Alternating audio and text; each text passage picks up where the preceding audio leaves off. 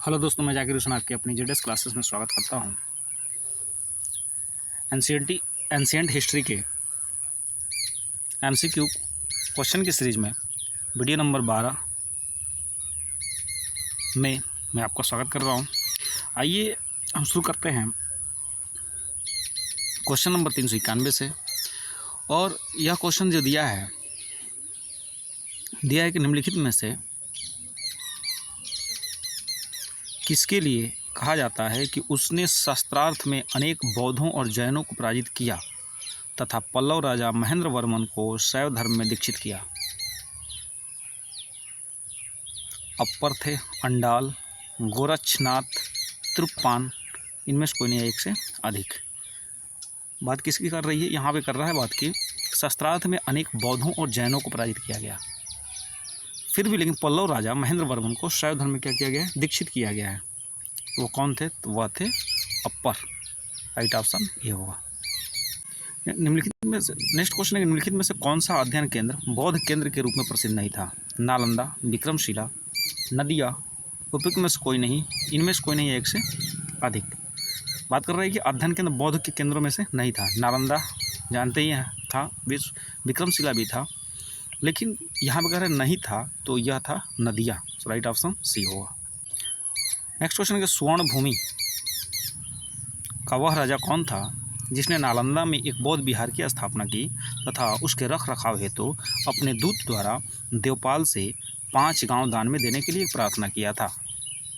स्वर्ण भूमि का वह राजा कौन था जिसने नालंदा में एक बौद्ध विहार की स्थापना किया तथा उसके रख रखाव के लिए उसने दूत देवपाल से क्या किया? 5 गांव दान देने के लिए प्रार्थना की।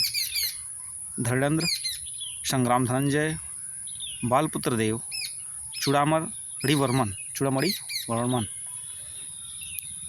देखिए, तो वह बालपुत्र देव थे जिन्होंने देवपाल से 5 गांव दान में देने के लिए प्रार्थना किया था। राइट ऑप्शन सी होगा। नेक्स्ट क्वेश्चन है कि कल्हड़ की पुस्तक का नाम क्या है? अर्थशास्त्र, इंडिका, पुराण, रजत रंगड़ी, इनमें से कोई नहीं है एक से अधिक। तो वह है रजत रंगड़ी। राइट ऑप्शन डी होगा। नेक्स्ट क्वेश्चन, मोहम्मद गजनवी ने अपना अंतिम सैन्य अभियान भारत पर कब किया था? 1021 में, 1022, 1025, 1027 ईस्वी, इनमें से कोई नहीं है एक से अधिक। देखिए, मोहम्मद गजनवी ने अपना अंतिम सैन्य अभियान जो किया था भारत पर, वह किया था 1027 में। और इसने किया कुल जो है मोहम्मद गजनवी कितनी बार आक्रमण किया था? तो वह लगभग कुल 17 बार आक्रमण किया था। और उस 17 बार आक्रमण करने के बावजूद जो है इसका सबसे लास्ट वाला, सबसे महत्वपूर्ण, सबसे प्रसिद्ध जो था वह अंतिम आक्रमण जो था। नेक्स्ट है कि ऐहोल में दुर्गा मंदिर का निर्माण हुआ था। ऐहोल में दुर्गा मंदिर का निर्माण कब हुआ था? किस काल में हुआ था? चोल काल में, चालुक्य काल में, पल्लव काल में, सातवाहन काल में, इनमें से कोई नहीं है एक से अधिक। तो ऐहोल में दुर्गा मंदिर का जो निर्माण हुआ था वह हुआ था आपका चालुक्य काल में। राइट ऑप्शन जो होगा बी। नेक्स्ट क्वेश्चन है कि चोल शिलालेख में उल्लिखित गुरुकुल हेतु प्रदान की गई भूमि को चोल शिलालेख में उल्लिखित गुरुकुल हेतु प्रदान की गई भूमि को अनुरक्षण कहा जाता था। क्या कहा जाता था? ब्राह्मदे, वेलनवगाई, पल्लीचंदम, शाला भोग, इनमें से कोई नहीं एक से अधिक। तो उसको कहा गया था शाला भोग। राइट ऑप्शन जो होगा डी होगा। नेक्स्ट क्वेश्चन है 3री शताब्दी में वारंगल किसके लिए प्रसिद्ध था? तांबे के बर्तन के लिए, स्वर्ण आभूषण के लिए, लोहे के यंत्र और उपकरणों के लिए, हाथी दांत के लिए, इनमें से कोई नहीं एक से अधिक। पिछले 3री शताब्दी की बात चल रहा है। किसके लिए प्रसिद्ध था वारंगल? 3री शताब्दी में वारंगल जो है किसके लिए प्रसिद्ध था? तांबे के बर्तन के लिए, स्वर्ण, लोहे के यंत्र के लिए, हाथी दांत के लिए, इनमें से कोई नहीं। तो ये था लोहे के यंत्रों के लिए। राइट ऑप्शन जो होगा सी होगा। और आप कमेंट करके बताएं कि वारंगल का युद्ध भी हुआ था, तो वारंगल का युद्ध कब हुआ था? नेक्स्ट राजा सिंह विष्णु किस वंश के उपासक थे? चोल, पल्लव, पाल, चालुक्य, इनमें से कोई नहीं एक से अधिक। राजा सिंह विष्णु किस वंश के उपासक थे? तो एक राइट ऑप्शन जो होगा बी, पल्लव। किस वंश के थे? पल्लव के। नेक्स्ट क्वेश्चन है कि संस्कृत में कवि और नाटककार कालिदास का उल्लेख हुआ। संस्कृत के कवि और नाटककार कालिदास का उल्लेख हुआ है। पुलकेशियन सेकंड के ऐहोल अभिलेख में, मिहिर भोज के ग्वालियर अभिलेख में, कुमारगुप्त फर्स्ट के करमदंडा शिवलिंग अभिलेख में, चंद्रगुप्त सेकंड के मथुरा स्तंभ लेख में। इनमें से कोई नहीं एक से अधिक। संस्कृत के कवि और नाटककार कालिदास का उल्लेख किसमें है? तो वो है पुलकेशियन द्वितीय के ऐहोल अभिलेख में। नेक्स्ट है कि एक चालुक्य अभिलेख के तिथि अंकन में शक संवत का वर्ष 556 दिया हुआ है। इसका तुल्य है, मतलब किस वर्ष के तुल्य है? 478 ईस्वी, 499, 617, 634। इसमें कोई नहीं एक से अधिक। तो इसका राइट ऑप्शन जो होगा डी होगा।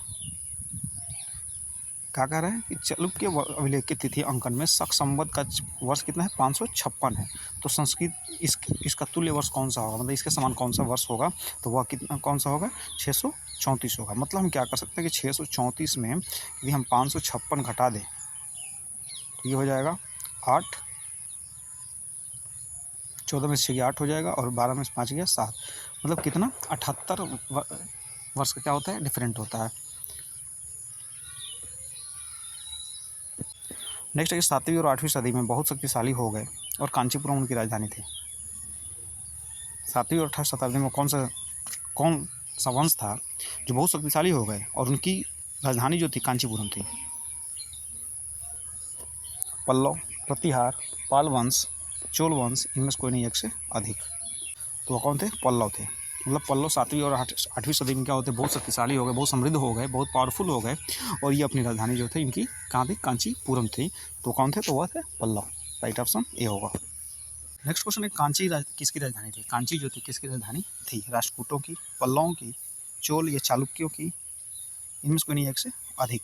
तो जो कांची राजधानी थी वह थी पल्लव की। राइट ऑप्शन सी होगा।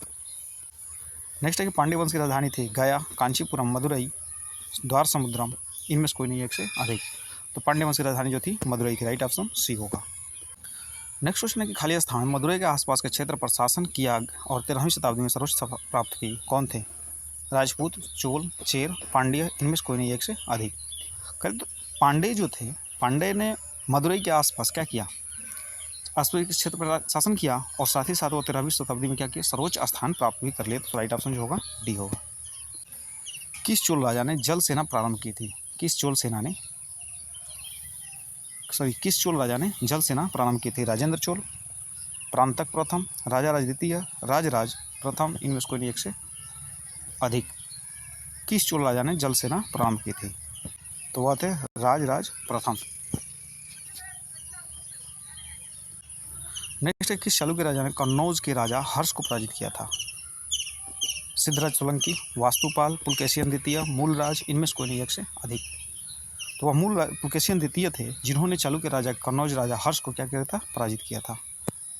नेक्स्ट है कि चोल राजवंश के अंतिम शासक कौन थे? चोल राजवंश के अंतिम शासक कौन थे? राजाराज चोल सेकंड, राजेंद्र चोल तृतीय, विजया चोल या कुलोंगुतुल चोल। इनमें से कोई नहीं एक से अधिक। तो वह थे राजेंद्र चोल तृतीय। नेक्स्ट है कि कौन सा चोल राजा ने मालदीव के द्वीपों पर दरियाई विजय प्राप्त की? दरियाई मतलब समुद्री विजय। कारिकाला, राजा राज, महेंद्र, विक्रम। इनमें से कोई नहीं एक से अधिक। तो वह थे राजा राज। राइट ऑप्शन क्या होगा? बी होगा। नेक्स्ट है कि मिताक्षरा पुस्तक किस विषय से संबंधित है? हिंदू कानून से, मुस्लिम धर्म ग्रंथ से, हिंदू जाति व्यवस्था से, कर व्यवस्था से। इनमें से कोई नहीं एक से अधिक। मिताक्षरा जो पुस्तक है वह हिंदू कानून से संबंधित है। राइट ऑप्शन जो होगा ये होगा। नेक्स्ट है कि मंडलम, बलनाडु और नाडु किस राज्य से संबंधित है? चोल, चालुक्य, पल्लव, पांड्य। इनमें से कोई नहीं एक से अधिक। तो मंडलम, बलनाडु और नाडु यह चोल से संबंधित है। राइट ऑप्शन ये होगा। नेक्स्ट किस चोल शासक की उपाधि पंडित चोल थी? कौन सा ऐसा चोल शासक था जिसकी उपाधि क्या थी? पंडित चोल थी। राजराज फर्स्ट, राजेंद्र प्रथम, राजाधिराज प्रथम, कुलोत्तुंग। इनमें से कोई नहीं एक से अधिक। तो वह थे राजेंद्र प्रथम। राइट ऑप्शन बी होगा। नेक्स्ट क्वेश्चन किस चोल शासक के विषय में कहा जाता है कि उसकी हत्या क्रुद्ध भीड़ ने कर दी थी? मतलब इतनी भीड़ जो थी क्रोधित हो गई थी उससे कि उसकी हत्या जो है जनता के द्वारा कर दिया जाता है। क्या वो कुलोंगुतुल प्रथम थे, कुलोंगुतुल द्वितीय, अधिराजेंद्र, राजेंद्र तृतीय? इनमें से कोई नहीं है एक से अधिक। तो वह थे अधिराजेंद्र। राइट ऑप्शन सी होगा। नेक्स्ट क्वेश्चन ये विद्या शक्ति वंश के संस्थापक कौन थे? वाकटाक, काकतीय, पांड्य, चोल इनमें से कोई नहीं एक से अधिक। कौन इसमें से जो थे विद्या शक्ति वंश के संस्थापक थे? वह थे वाकाटक। राइट ऑप्शन जो होगा ये होगा। नेक्स्ट है कि पाल वंश का पहला राजा कौन था? गोपाल, देवपाल, मदनपाल, नंदलाल, इनमें से कोई नहीं एक से अधिक। तो पाल वंश का पहला राजा जो थे वह थे गोपाल। राइट ऑप्शन ये होगा। नेक्स्ट है कि इनमें से कौन सा राजा दक्षिण भारत से संबंध नहीं रखता है? पांड्य, पाल, सातवाहन, पल्लव, इनमें से कोई नहीं एक से अधिक। राजवंश की बात कर रहा है तो दक्षिण संबंध नहीं रखता था, वह था पाल वंश। नेक्स्ट क्वेश्चन है, गाँव के शासन को स्वायत्त शासी मतलब अपने हिसाब से शासन करने के लिए पंचायतों के माध्यम से संचालित करने की व्यवस्था का सूत्रपात किसने किया था? कुषाणों ने, द्रविड़ ने, आर्यों ने, मौर्यों ने, इनमें से कोई नहीं या एक से अधिक। बात कर रहे हैं कि अपने स्तर से क्या करें, हम अपने गांव का शासन करें, तो इसके लिए सबसे पहले सूत्रपात या संचालन करने का पहल किसने किया था? वह कौन थे? द्रविड़ थे। राइट ऑप्शन कौन होगा? बी। नेक्स्ट कौन सा एक चोल सेना का भाग नहीं था? चोल सेना का भाग नहीं था नौसेना, युद्धपोत, हाथी, पैदल सेना, रथ, इनमें से कोई नहीं एक से अधिक। पाँच का चोल सेना का भाग नहीं था। देखिए नौसेना भी होती थी, युद्ध पर जो हाथी भी होता था, पैदल सेना भी होती थी, रथ नहीं होता था। सो राइट ऑप्शन जो होगा सी होगा। कमेंट करें, सब्सक्राइब करें, लाइक सब्सक्राइब जरूर करें, शेयर भी करें और वीडियो को ज़्यादा से ज़्यादा देखें। धन्यवाद।